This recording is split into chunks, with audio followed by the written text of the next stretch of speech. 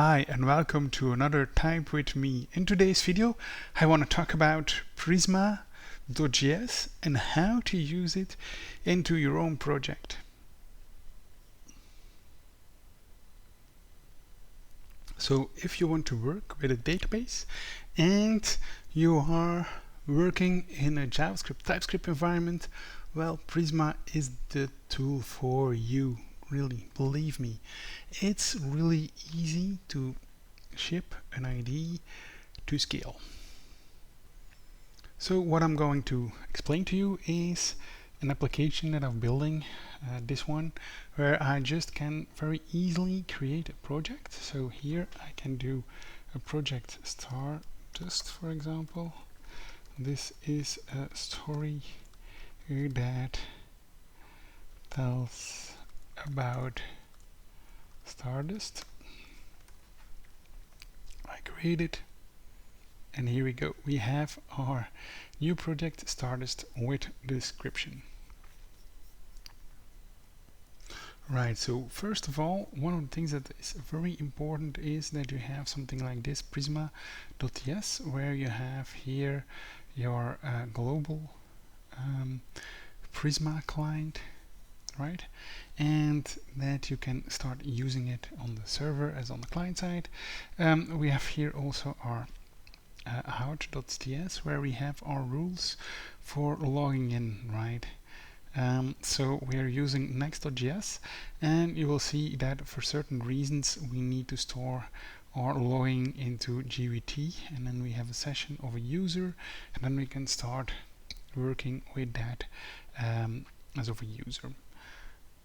Another important thing is that Prisma comes within Prisma.schemas, where we have here schemas, right?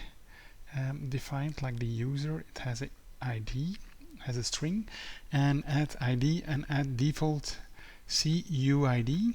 So it generates a default ID. You can give it a name, a username, an email. Email verified can also be something we can do. So when a user hasn't verified himself and he tries to log in, we can also create some kind of flows into that he first needs to identify himself and later on do other things. And we have a password, we have image, an account, a session, and create it, add and update, and a user can also have projects, right? Projects is something that we can define right here. Model project, we have an ID, it has a name, description, created ad, a user, and a string. Here we also have a relationship where we have the fields of the user ID and reference to the ID, and on delete of that user it cascades and it will also delete the project. It doesn't work the way around, of course, but that's that. And of course, when you want to generate your migrations, here we have our migrations, right? You create something new within your schema. You can very easily run a migration script. So we have something like this. We can run this. The name is just a name of your migration. If you enter this, you will see that he will not execute this because everything is already there. And you see here, already in sync, no schema changed or pending migrations was found. Generated Prisma client, source generated Prisma, right? So then you see right where we have our Prisma client. If we go source, then here we have our app, and here we have generated. And generated is that of what we need for our Prisma client. And here you will see that we are using that add source generated Prisma, which is actually very important. Another thing I'm going to show you right now is we have something like projects, right? So here we have our app API project, and we can now create a get service session where we get a session of the user, the out options where we can get the authentication options to get the right session, right? And then we can import our Prisma from our Prisma library. You can see if you have a user, okay, if you have a user we can go on and we can then do a get to get actually the project of that specific user, right? And we give it 200 when we have that, and otherwise we give it 405. We can do a post to create a new project, right? It can have a const of name and description, and here we have name, description, and a user ID. That user ID comes from session.user.id, right? And here we have a project with status 201.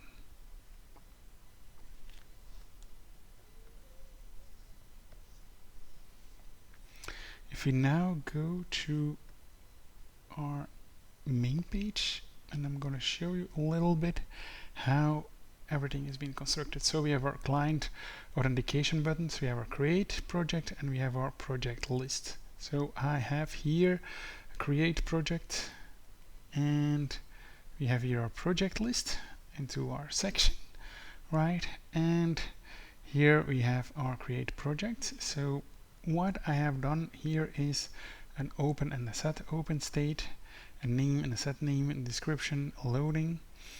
We have mutate, use as we are. So here when we create our project, what we do here is just adding our project to our projects within Prisma.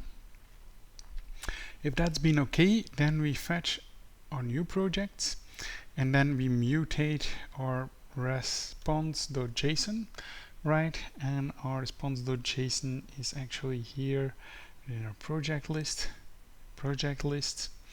We do mutate app/projects, and here we are generating our list of our different projects, our different stories, and that's actually it. But we are using here use as we are for that, a hook to fetch data, and something from Vercel actually to make it happen when you have a client component and you want to update it when you're creating actually something new. So these are two important parts of that.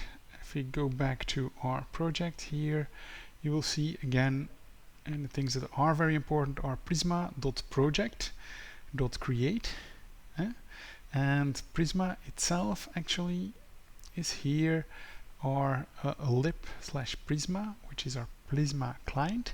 And because we have generated it, we know that we have a project table, right? And there we can put .create of the data, name, description, and user ID. And here we can do prisma.project.find many, and then we can construct a query, right, where user ID is session.user.id. Then we can return something. So that's actually it, right?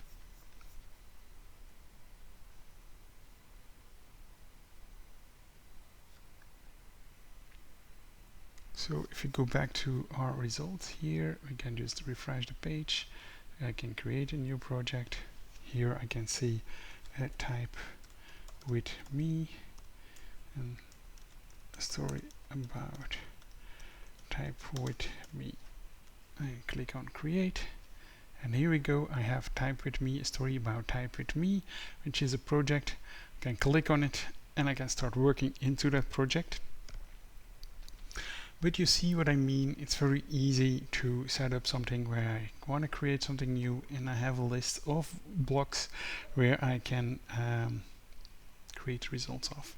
This is a very simple modal actually, and here we can have our name and our description, and then we can very easily do create, and here we go, we have what we want, right?